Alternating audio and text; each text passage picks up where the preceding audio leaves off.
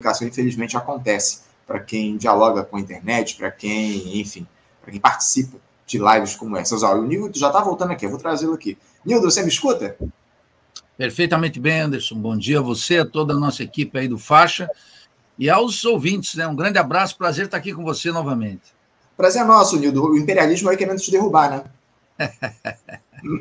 Há coisas piores dentro do país a despeito da força do imperialismo.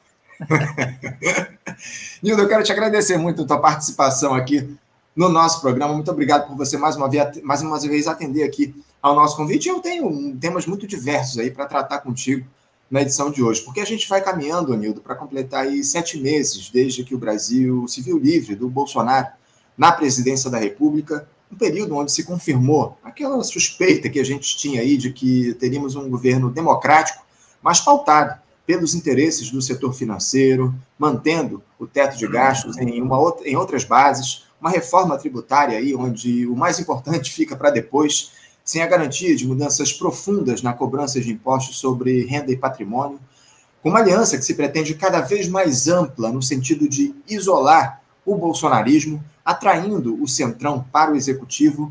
Nildo, a gente tem conversado muito aqui, todo mês, inclusive, no programa, analisando essas ações do governo. E por mais que não haja surpresas em relação ao caráter conciliatório, eu queria saber de você como é que o Lula tem se saído em relação ao que ele prometeu em campanha.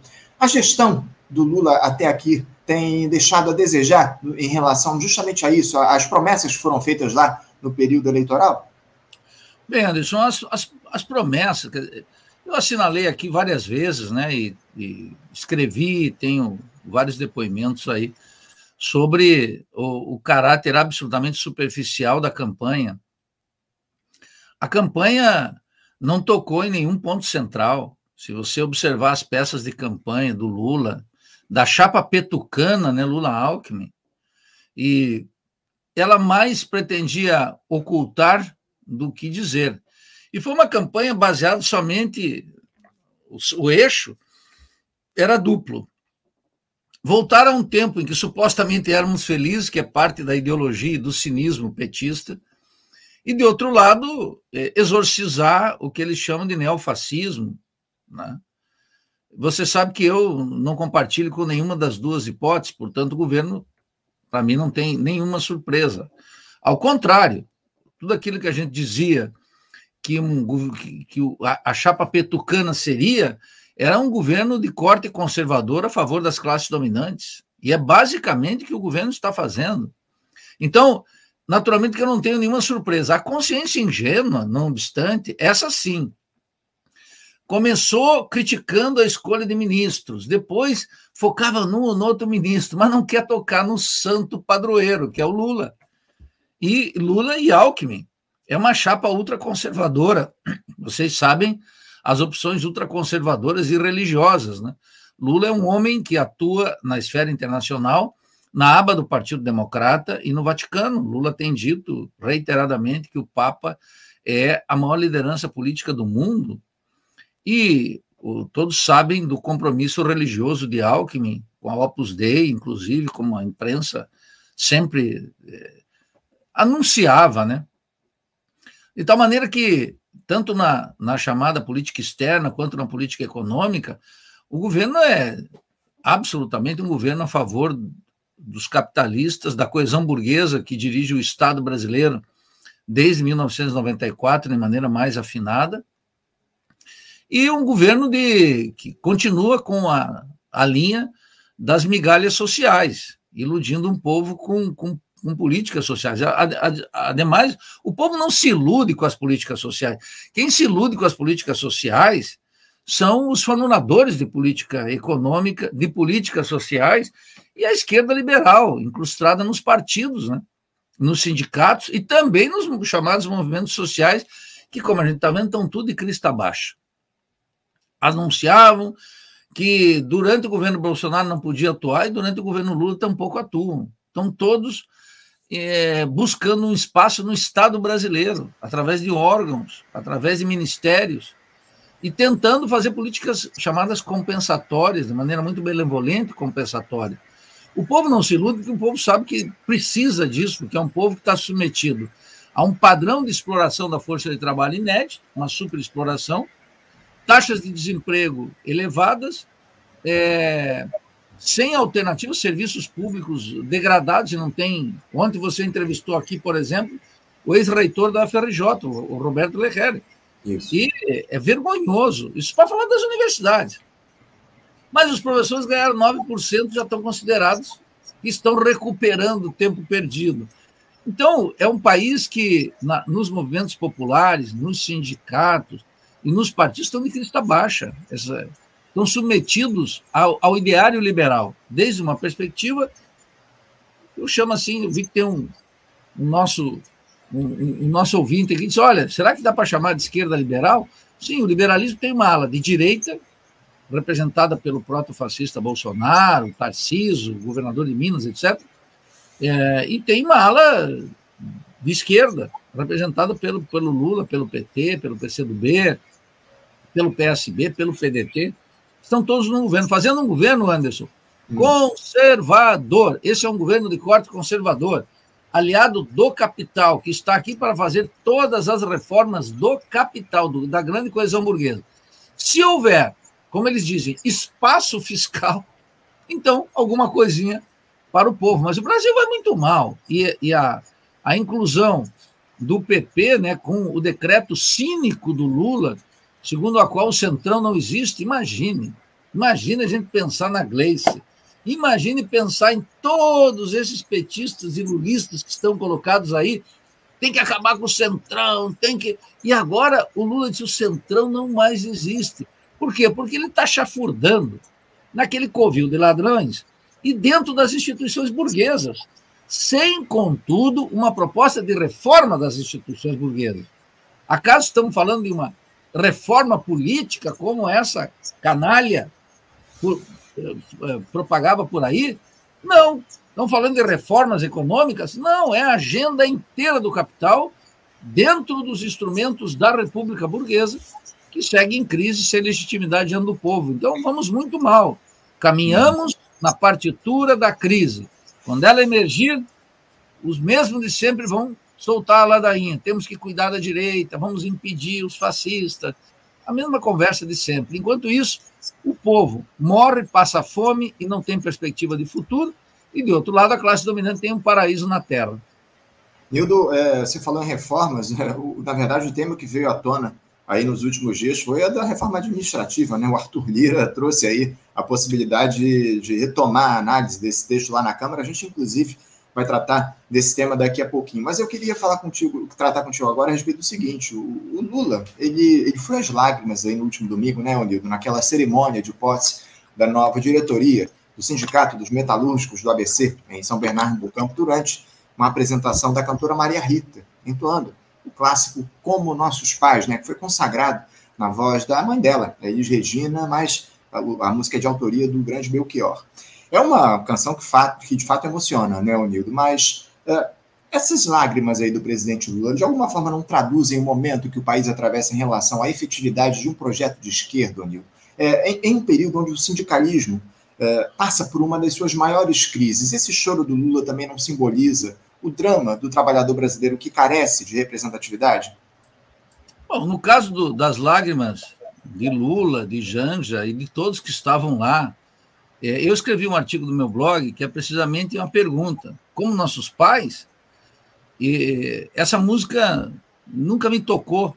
Ao contrário, eu acho que é um hino da derrota essa música. É uma letra do Belchior, cearense, nascido em Sobral, que fez uma carreira importante e tinha belas músicas, né?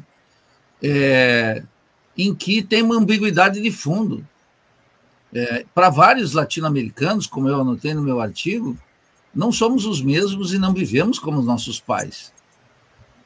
Há, no evento que o Lula derrama as lágrimas, agarrados com Maria Rita, há uma crônica de um tempo. Ora, essa música voltou a circular na propaganda de uma multinacional, a Volkswagen, que cumpria 70 anos no Brasil. Essa Volkswagen é uma empresa condenada na Alemanha e em outras partes do mundo pelo trabalho escravo durante o nazismo. E aqui no Brasil, uma empresa que colaborou, delatou, fiscalizou e impediu trabalhadores de atuar durante a ditadura. Há 2 anos fez um acordo com o Ministério Público Federal e com o Ministério Público de São Paulo, em que destinou míseros 32 milhões para indenizar os crimes que cometeu durante a ditadura. Num ano em que ela teve lucros, receita líquida bilionária no Brasil. Então, veja que nada no mundo da política ocorre por acaso. Maria Rita, que estava lançando um novo modelo da Kombi, junto com uma montagem onde mãe e filha se reconciliam, né?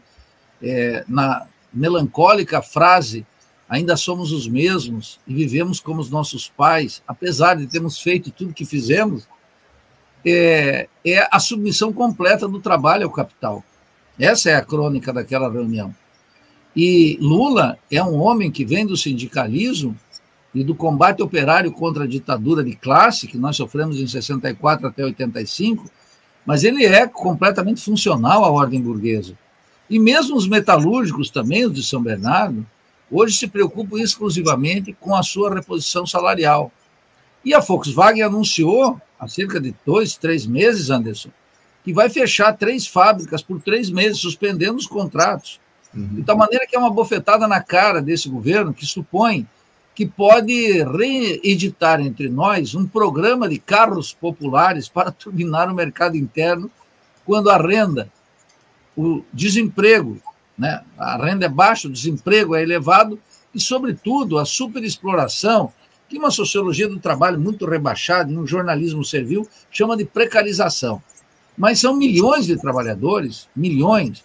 Ora, hoje, da população economicamente ativa, mais de 80% ganha até 2 salários mínimos. E é verdadeiramente um massacre aos trabalhadores. O governo não toma nenhuma medida. De tal maneira que as lágrimas de Lula fazem parte dessa chantagem no Brasil. E eu estava pensando, Anderson, cá entre nós só, veja que tem uma coisa aqui no Brasil que a política, se ela não arrancar lágrimas e não puxar uma emoçãozinha barata, destinada a iludir o público, parece que não tem eficácia. Então, vai desde propaganda de multinacional a ato político, tem que resgatar uma certa emoção, que é uma emoção vulgar, uma emoção que não toca nas dores de milhões de trabalhadores e da dor que o país não encontra um tradutor. O último que tentou fazer uma tradução do Brasil, do desastre do Brasil, foi o protofascista Bolsonaro, de maneira oportunista e pela direita. Percebe? Então, nós continuamos desarmados. E tem esse negócio das lágrimas, né? Eu lembro sempre do Tchê. Ai que ser duro sem perder a ternura jamais. Porém, não há que fazer essa emoçãozinha sem vergonha, degradada, essa de Instagram, de Facebook, e aquilo que a gente viu naquele ato, né? Que foi um ato sem política nenhuma no sindicato. A propósito, Anderson, o discurso do Lula no chamado mítico sindicato de São Bernardo, Diadema, etc. tal, é um discurso para lá de alienante, um discurso que não monta um horizonte utópico do socialismo, da revolução, mas nem de um novo Brasil, nem de nada. É um discurso que vai lá para apaziguar os trabalhadores. Então, eu fiquei muito preocupado com aquilo, é uma preocupação constante, porque o sindicalismo está submetido a uma razão de Estado, em nome de uma razão de partido. É isso. Nildo, falando agora de institucionalidade, porque, como eu citei aqui anteriormente, o presidente da Câmara lá, o senhor Arthur Lira, reafirmou recentemente, num evento do Grupo LIDE, lá em São Paulo, que quer desenterrar o texto da reforma administrativa, que está parada desde o ano passado na Câmara dos Deputados, para votar em plenário, um tema que, inclusive, a gente já discutiu muito aqui no Faixa Livre, e ataca de morte aí o serviço público no país. Ele, inclusive, pediu mobilização da sociedade para que o assunto seja discutido, que esse deve ser o próximo movimento do Congresso, enfim. O líder do PT na Câmara, o deputado José Guimarães, que anda muito em carne com o Lira, diga-se de passagem, respondeu dizendo que essa não é a hora de se votar a matéria. Como eu citei aqui, o Nildo, o governo quer atrair o Centrão para a base aliada. Você acredita nessa possibilidade de funcionalismo, Nildo, ser utilizado como moeda de troca, digamos assim, por essa gestão, com a reforma administrativa sendo analisada no Congresso, você acha que o Lula daria esse passo em falso em troca da tal da governabilidade, não fazendo força para barrar a reforma, entregando o serviço público do país de vez aos neoliberais e, consequentemente, perdendo o apoio desses servidores? Não, ele não vai entregar nada, ele não vai entregar nada aos neoliberais, porque ele próprio é o chefe dos liberais do Brasil.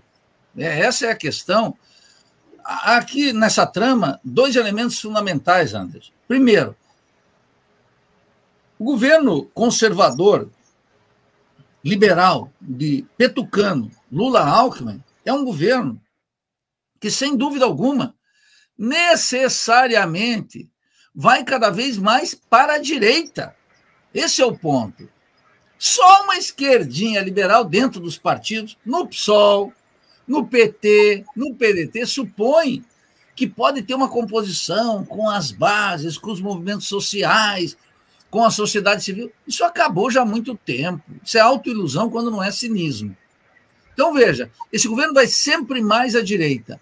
Sempre, necessariamente, porque como não tem um projeto alternativo de refundar a República, digamos assim, nenhum, eu não estou falando de revolução social.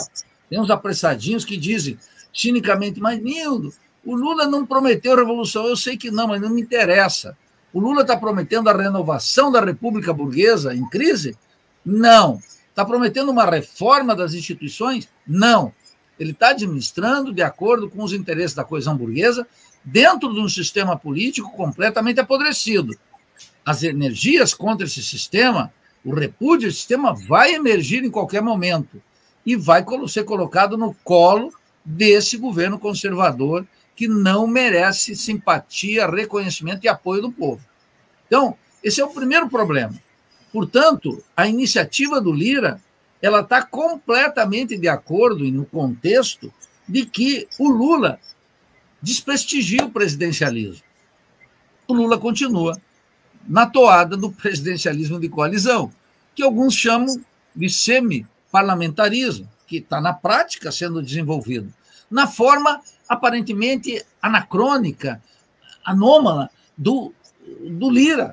Mas o Lira está perfeitamente de acordo com veja os sucessivos elogios de Haddad, tanto a Lira quanto a Pacheco. Acaso há um conflito entre os poderes? Não. Acaso o Lula é capaz de dizer, olha, eu sou o presidente da República, nas prerrogativas presidenciais, quero deixar claro que não haverá reforma administrativa, que significa uma coisa muito concreta. Arroxo sobre o funcionalismo público, perda de direitos, limitação, voltar àquele plano canalha que Bresser Pereira anunciou lá com Fernando Henrique Cardoso, das carreiras de Estado. Aquela conversa que nós já tivemos, que nós já conhecemos. E, claro, como o governo decidiu que tem teto de gastos, portanto, reproduzindo o ideário de Paulo Guedes, de Michel Temer, etc., tem o teto de gastos do petismo, nada mais natural que todo o pacote se apresente. E também a reforma, a chamada reforma administrativa, que é uma degradação do serviço público e uma degradação do salário dos funcionários públicos, em nome da mesma ladainha que a gente conhece. De tal maneira que eu não tenho dúvida nenhuma, o Lula, não vamos esquecer, meus ouvintes, que o Lula, lá no primeiro governo, ele fez uma reforma da Previdência contra nós. Quem é que fez a reforma da Previdência? Acaso foi Fernando Henrique Cardoso? Não. Nós derrotamos eles, Fernando Henrique Cardoso, com o apoio do PT, contra a reforma, durante longos 8 anos. Mas o PT chegou no governo e fez a reforma contra nós. Então, eu não tenho dúvida nenhuma, a agenda continua sendo a agenda do capital. E você falou que o deputado, como é o nome do deputado? O Zé Guimarães, né? O Zé Guimarães é uma figura pequena nesse jogo, é um escoteiro do Lula, um sujeito incapaz de ter autonomia intelectual e política, não é um deputado brilhante. Ao contrário, é um escoteiro do Lula. A presidente Gleice do partido também não tem autonomia intelectual e política para pensar além dos limites estabelecidos pelo Lula. De tal maneira que quem devia dar essa voz de basta não é o sub do sub do sub, não é um parlamentar que não tem brilho algum. É o próprio presidente, no exercício do presidencialismo. Mas o Lula degrada todos os dias o presidencialismo. Isso vai cobrar um preço. Nildo, eu tenho muitas mensagens aqui, mas eu queria recuperar aqui uma mensagem de um espectador nosso que mandou, inclusive, no dia de ontem, sabendo que você estaria aqui conosco, o Leandro Parra. O Leandro Parra diz aqui o seguinte, eu vou trazer aqui a mensagem dele. José Arbex, no 247 ontem, disse que o PT é um movimento de trabalhadores que, em associação com o MST e o MTST, foi responsável por impedir a vitória do fascismo no Brasil. Eu queria um comentário teu, Nildo, para essa análise aí do José Arbex ontem, no 247. Eu vou te passar a bola aí, Nildo. Olha, eu tenho que rir para não chorar. O MST, como diz o próprio Lula, é uma cooperativa que se transformou na maior produtora de arroz orgânico do Brasil. O MST, isso envolve nós fazermos uma discussão sobre qual é a função da renda da terra no desenvolvimento capitalista brasileiro. Mas como ninguém está pensando isso, nós estamos trabalhando nessa direção. O tema da reforma agrária e agora da agricultura familiar, e também diz que eles estão fazendo aí uma transição ecológica, um certo ecologismo, muito funcional à ordem burguesa, o MST ainda mantém algum vício do passado. Bom, quanto ao MTST, simplesmente desapareceu da cena política. Dizer que eles foram responsáveis, junto com o PT, por impedir o fascismo no Brasil, eu disse centenas de vezes aqui, Anderson, não existe fascismo no Brasil. Essa gente ou é analfabeta do ponto de vista teórico, ou é oportunismo político. Não é que tem fascismo no Brasil. A existência de uma direita e de um presidente proto-fascista, lacaio dos Estados Unidos como Bolsonaro, e completamente servil às classes dominantes e tributário da ditadura militar, não transforma a realidade brasileira numa proposta fascista. Acaso nós estamos vendo uma proposta fascista? Mas isso é a arte de iludir do petismo. O petismo perdeu, entre outras coisas, ele está acompanhado não só de uma grande dose de cinismo, os seus intelectuais, os seus acadêmicos, etc., mas como uma incapacidade de analisar a realidade objetiva. Porque se alguém me apresentar aqui algum dado que o fascismo está em marcha no Brasil, eu me renderia, porque eu sei que o fascismo não me trataria bem, a começar por aí. Esse é o primeiro aspecto. Então, não há nenhuma determinação fascista no Brasil. Isso é um discurso do cretinismo parlamentar. E, segundo, nós teríamos que ver qual foi o milagre que o PT, levando a sério o ponto de vista do Arbex, que não é, efetivamente, senão alguém cativo de suas próprias ilusões e incapaz de analisar objetivamente a realidade brasileira. Levando a sério, eu ficaria pensando bem, acaso a vitória de Lula levou a derrota do fascismo? Ora, isso aí não dá para conversar nem em boteco de bar. Isso não é sério. Não é isso. O MTST e o MST barraram com o PT, ora, eles fizeram um movimento eleitoral, não há um antecedente na América Latina e no mundo, e que uma vitória eleitoral derrotou ditaduras ou fascismo, tanto na Alemanha, na Itália, onde você quiser, os governos de direita, isso não... Quando o fascismo corresponde a uma necessidade orgânica dos capitalistas e do capital em geral, numa determinada crise, demanda um conjunto de exigências que são absolutamente inexistentes no Brasil. Isso é uma quinquilharia, nem chamaria de uma ideologia, uma quinquilharia destinada a manter cargos, a manter espaços no Estado e manter mandatos. É verdadeiramente espantoso que coisas sérias, como fascismo, neofascismo, seja lá o que for isso, seja tratado com tanta vulgaridade. Nildo, eu queria trazer aqui uma outra análise, porque essa semana eu li uma avaliação do jornalista Chico Alves, no site UOL, onde ele dizia que o Jair Bolsonaro ele vai seguir em alta no PL, no Partido Liberal, se continuar rendendo dinheiro e votos ao partido. Evidentemente que não há muitas dúvidas a respeito da veracidade dessa afirmação. Mas aí ela acaba levantando uma questão, Nildo, na qual eu gostaria de ouvir a tua análise. Por que no Brasil, Nildo, a política institucional passou a ter como fim o acúmulo de verbas e a reprodução de mandatos? Para que serve a política ou para que deveria servir a política em um país da periferia do capitalismo como o Brasil, Nildo? Bem, essa é a norma do liberalismo, né? O que é o liberalismo, senão a representação parlamentar, a chamada imprensa livre, que são os monopólios, os tribunais independentes, os poderes, as eleições periódicas. Isso é uma concepção de um país liberal.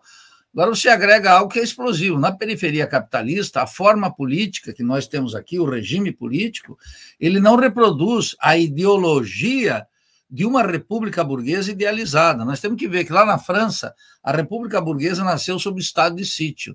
No Brasil também, com Deodoro, né? A espada sobre a mesa. Lá, a república burguesa, como mostrou Marx com precisão, matou 5 mil trabalhadores e colocou 15 mil no exílio. Napoleão não brincou em serviço.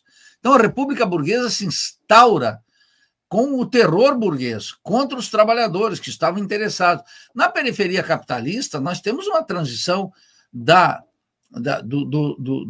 período colonial para o período da independência, na forma não de uma república, mas de um império. A república só nasceu, como todos sabem, em 1889.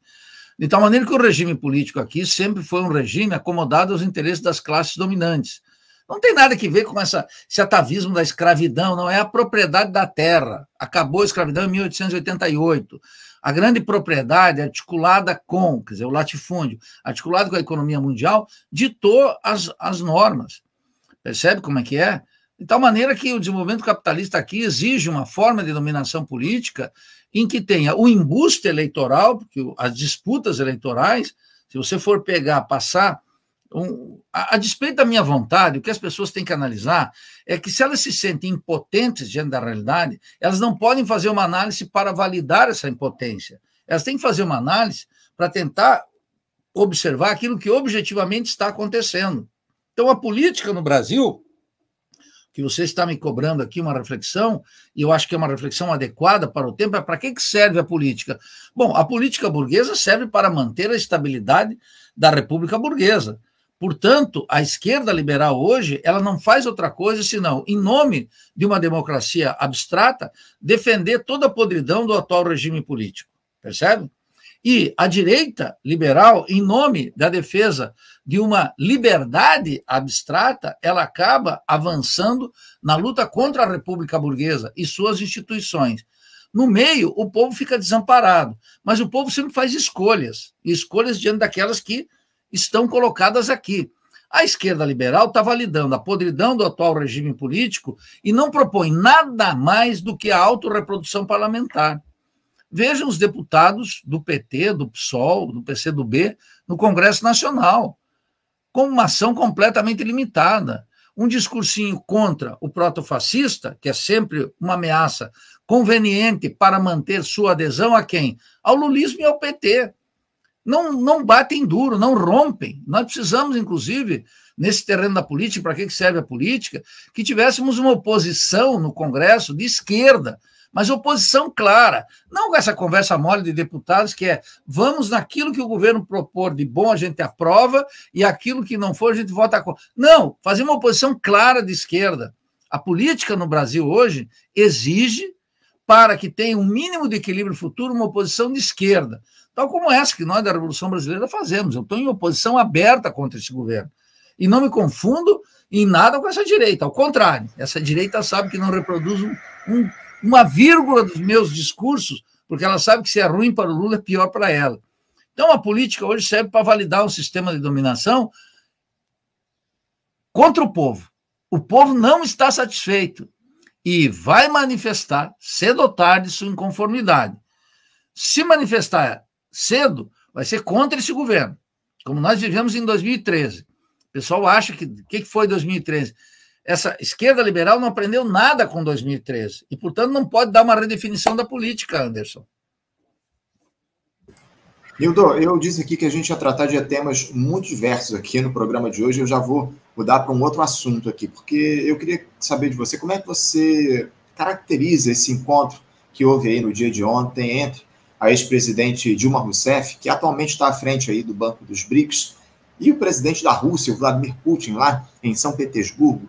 Ela parece que questionou a hegemonia do dólar, defendeu o uso de moedas locais em transações entre países emergentes, como o chinês Yuan, mas acabou rejeitando a ideia de que o Banco dos BRICS faria um empréstimo para os russos, ou que teria sido enviada pelo governo brasileiro para dialogar lá com Putin. Esse encontro, segundo ela, teve apenas caráter protocolar. Como é que você vê esse diálogo que a Dilma teve lá com Lula, com Putin, como é que você interpreta essa reunião da ex-presidente do Brasil com o Vladimir Putin, Hildo?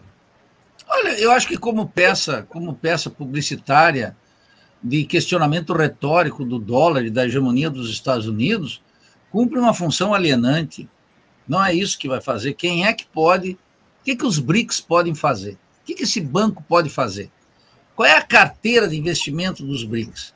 Qual é a trajetória dos BRICS? Olha, os BRICS dependem, em larga medida, qual é o único país lá dentro que tem um projeto? É concretamente a China.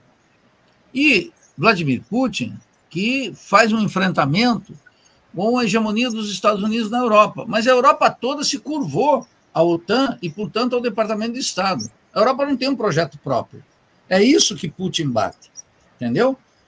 Então, de tal forma que essa reunião não tem a menor importância. Aqui tem uma magnificação dos BRICS e a ideia de que nós podemos sair, os discursos do Lula, né? Ele faz sob a forma de pergunta: por que não podemos fazer transações entre o Brasil e a Argentina sem passar pelo dólar? Se pode fazer em projetos pequenos, sem questionar a hegemonia do dólar no mundo. Não serão os países da periferia, completamente submetidos à hegemonia estadunidense, que poderá fazê-lo, caminhar nessa direção. Um ou outro projetinho pode dar certo, mas sem impacto para tirar o país da condição de um país periférico.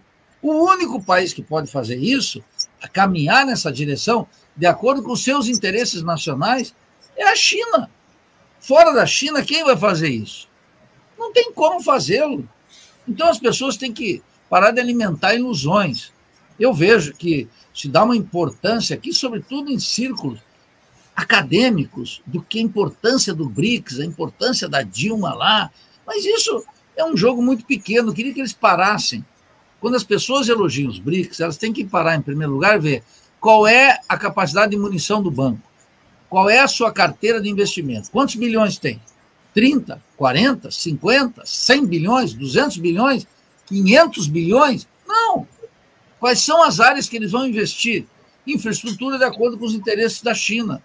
É basicamente isso. Pode contemplar interesses comerciais do Brasil, um produto de exportação da China, da Rússia ou do Brasil, mas essencialmente é minúsculo. A dança do dólar no mundo é de trilhões. A dívida de empresas, governos, etc., em dólar é de trilhões. E os investimentos dos Estados Unidos no mundo, das suas multinacionais, são igualmente de trilhões. Então, um banco que é uma boa ideia, falta muito para se concretizar, e precisa, no caso do Brasil, da presidência do Brasil, como Lula fala, nós vamos estar na presidência do G20, tudo isso, precisa ter um projeto aqui dentro do país, fora da economia política do rentismo. Como o Lula se aprofunda cada dia mais com determinação e como se fosse virtude na economia política do rentismo, ele não rompe, ao contrário, ele acelera nessa direção. O Brasil é um mero exportador de produtos agrícolas e minerais. As ações industrializantes do ministro e vice-presidente Alckmin são verdadeiramente espantosas para um aluno de segundo ano de economia. É uma vergonha. Eles deviam corar quando falam disso. Os keynesianos estão todos de crista baixa, quando não são cínicos abertos, apologéticos, sem medidas concretas. Então, quando eu olho isso, digo, o que o Brasil vai fazer nos BRICS? Nada, porque aqui dentro não tem um processo de transformação. E por que a China influencia nos BRICS? Porque a China tem um projeto, não só de nação, determinado pelo Partido Comunista Chinês, uma busca de uma hegemonia mundial. O Brasil é quase um pária na capacidade de mover o mundo. Atua com a política externa na agenda dos Estados Unidos.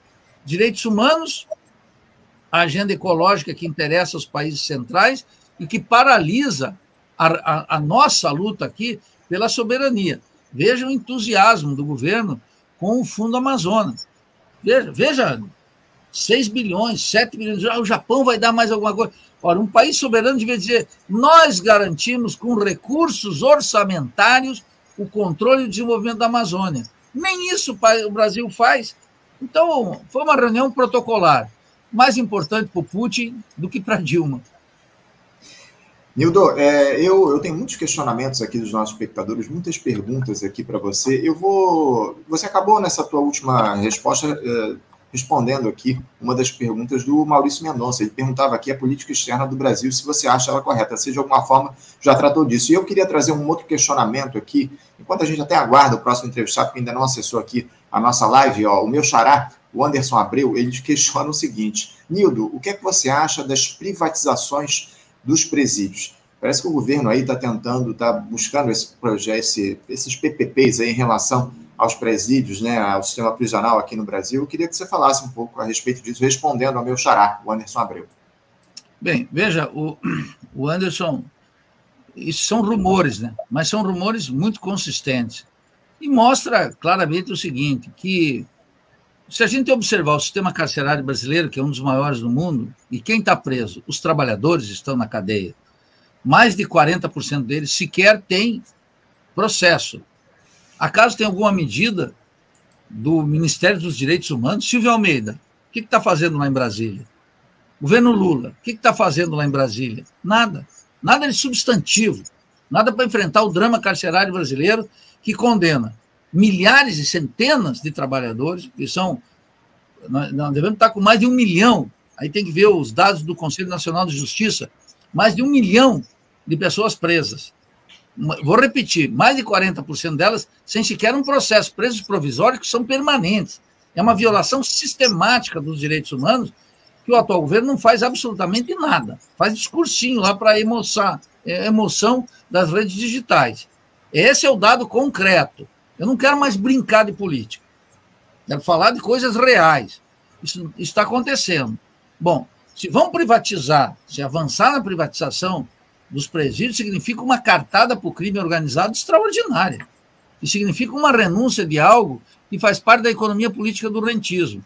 Se vocês observarem os dados do Conselho Nacional de Justiça, a curva de crescimento dessa superpopulação carcerária, vão identificar que ela cresce precisamente com o Plano Real. E ela cresce de maneira assustadora nos governos petistas. Portanto, a insensibilidade, e eu diria, a cumplicidade de 14 anos de governos petistas com esse massacre, essa violação sistemática do Estado nos direitos humanos colocado no sistema prisional brasileiro, é total, é aberta. E que, se foram cúmplices no passado, eu não vejo nenhuma indicação de que possam romper nessa direção. De resto, a privatização é mais um ponto, se ocorrer, na agenda do capital.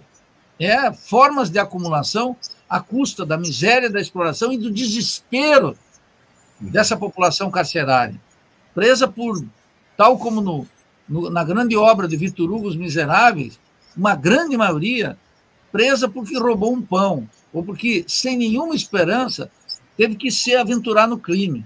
Esse é um drama. Eu não me rendo a esse discurso moralista da direita e mesmo essa impotência da esquerda liberal. Se avançar nessa direção, eu diria que é mais um dado de coerência de um governo conservador. Nildo, eu não posso deixar de encerrar aqui o nosso papo sem tratar sobre um lançamento aí que você está fazendo esses dias, né? Eu me refiro ao volume 3 do livro Crítica à Razão Acadêmica, Reflexão sobre a Universidade Contemporânea. Você organiza em parceria aí com o professor Valdir José Rampinelli, pela editora Insular, o lançamento. Bom, eu acho que o título ele já é autoexplicativo, mas ainda assim eu gostaria que você falasse a respeito dessa obra, Nildo. Quais textos aí vocês trazem nesse volume 3? Aliás, o tema academia, como você citou aqui, surgiu aqui ontem no programa com um papo aí, com o Roberto Lerner, né, editor da UFRJ. Mas o que vocês trazem aí nesse terceiro volume do Crítica à Razão Acadêmica, reflexão sobre a universidade contemporânea?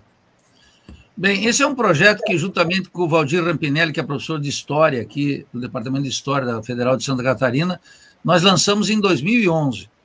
Qual é a história da reflexão sobre a universidade? Ora, a universidade hoje está reduzida àquilo que o Roberto Romano, um filósofo de extração católica lá de São Paulo, chamava de uma sopa para os pobres. A universidade não pode ser a sopa dos pobres.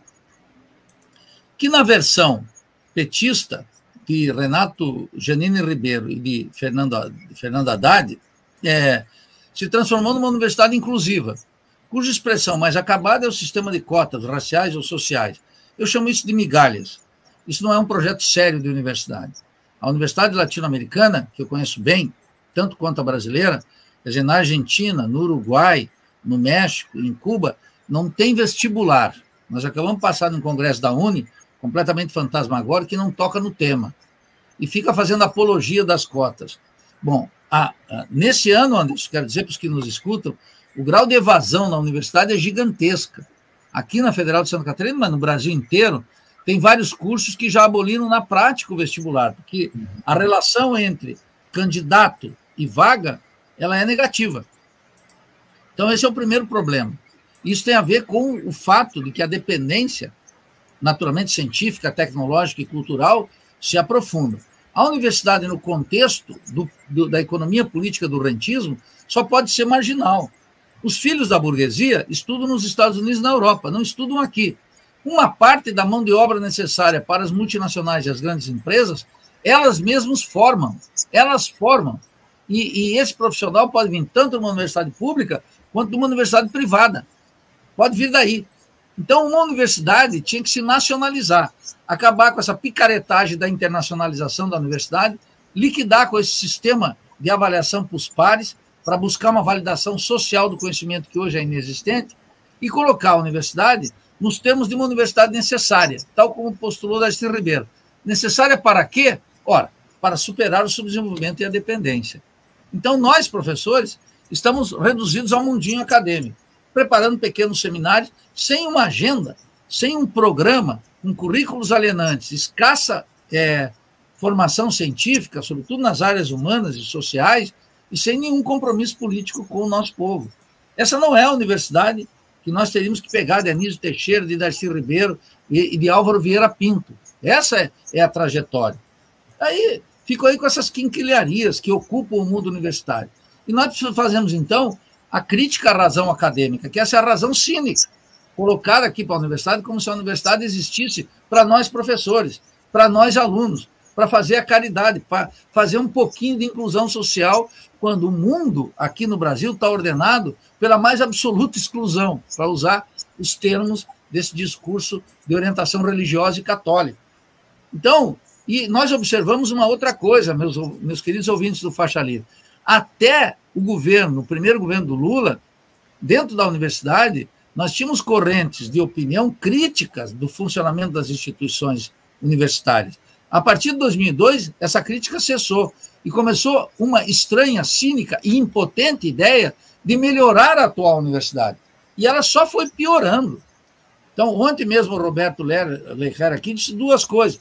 Primeiro, essa ideia de medir o desempenho científico e a importância científica, tecnológica e cultural pela publicação de artigos. Olha, isso tem que sair do nosso universo.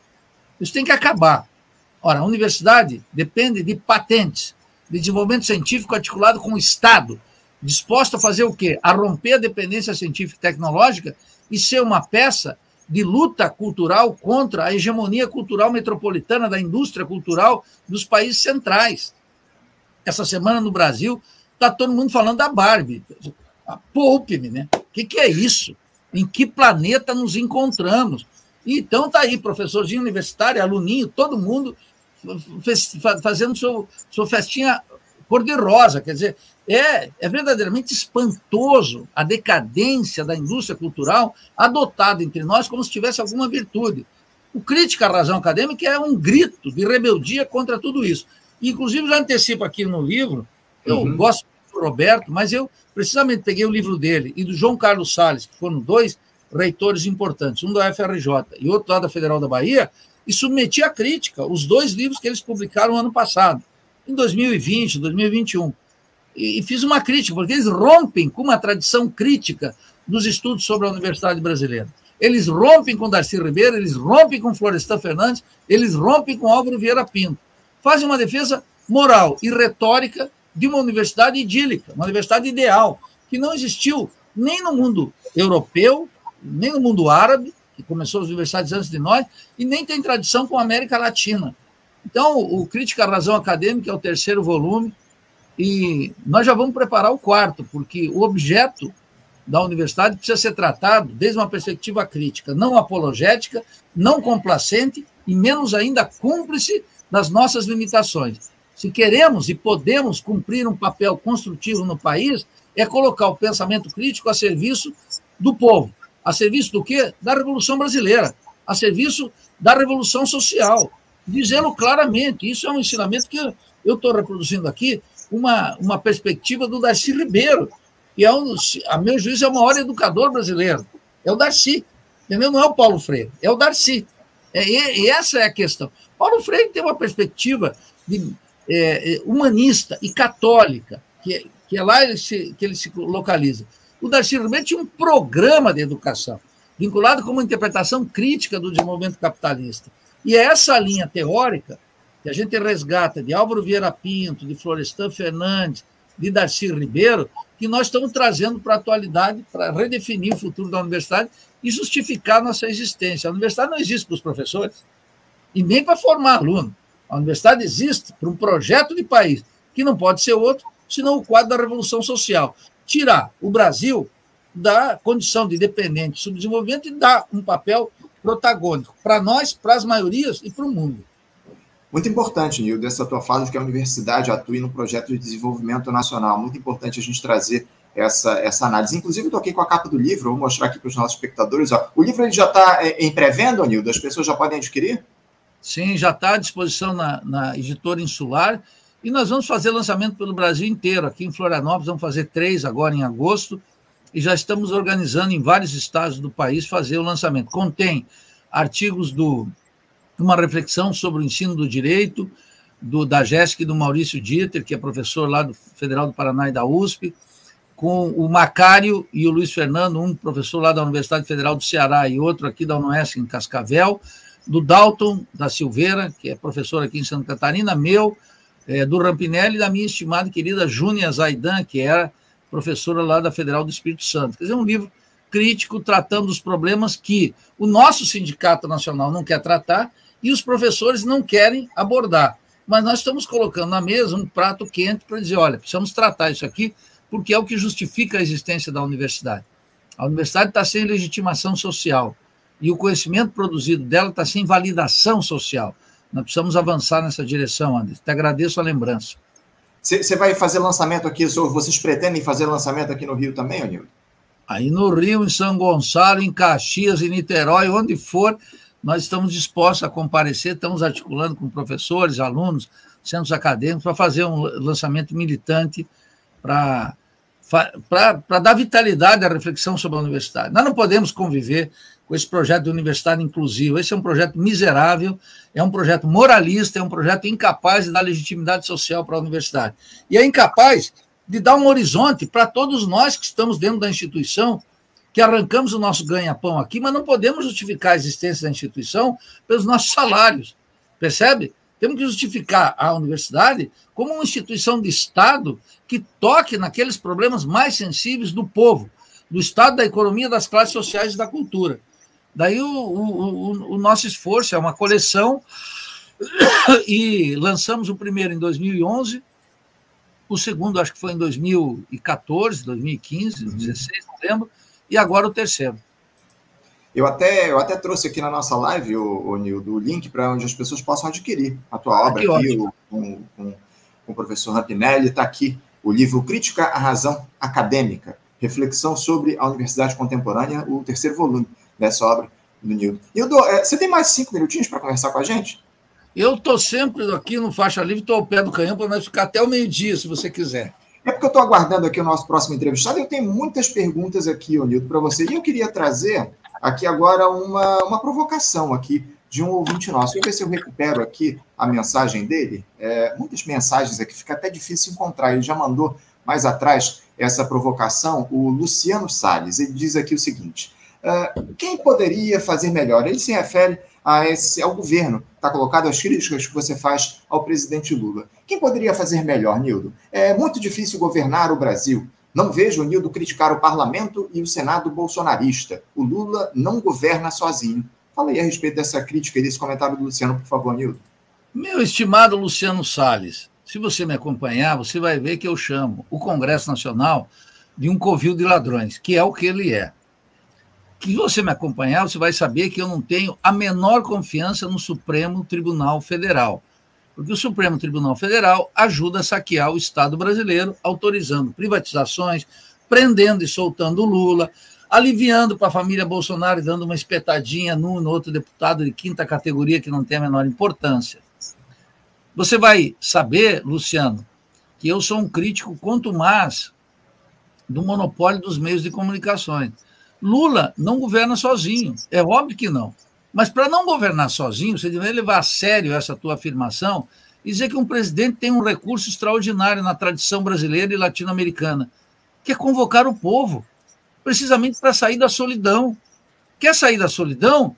Chame o povo. O povo está ávido para a convocatória de uma luta, porque suas angústias são tão grandes, o horizonte é tão limitado, o desespero acompanha as maiorias todos os dias, a angústia, a incerteza, que se um presidente convocar para um programa de transformação radical do Brasil, terá o entusiasmo de milhões.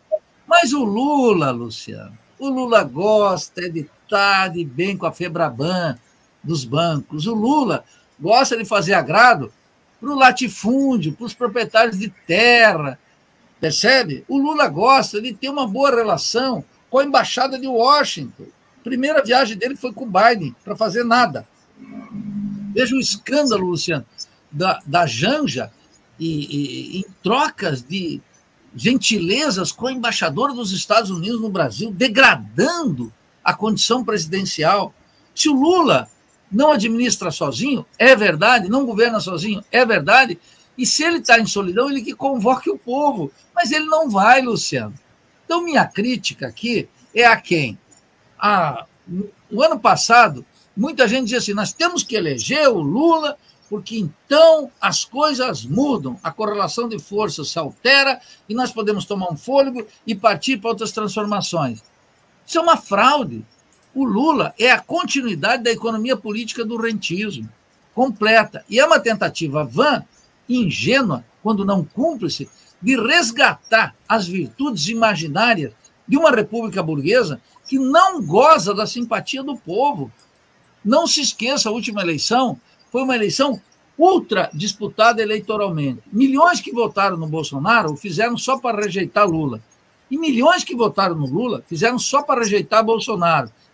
Nos dois lados tem um descontentamento muito grande com o regime político. O que o Lula faz? Opera dentro do sistema, Luciano. Aí que está o pecado capital, aí que está o suicídio. Mas o suicídio do Lula não é dele, porque ele é um sujeito que sabe se safar. Vai ser a morte para milhões de trabalhadores.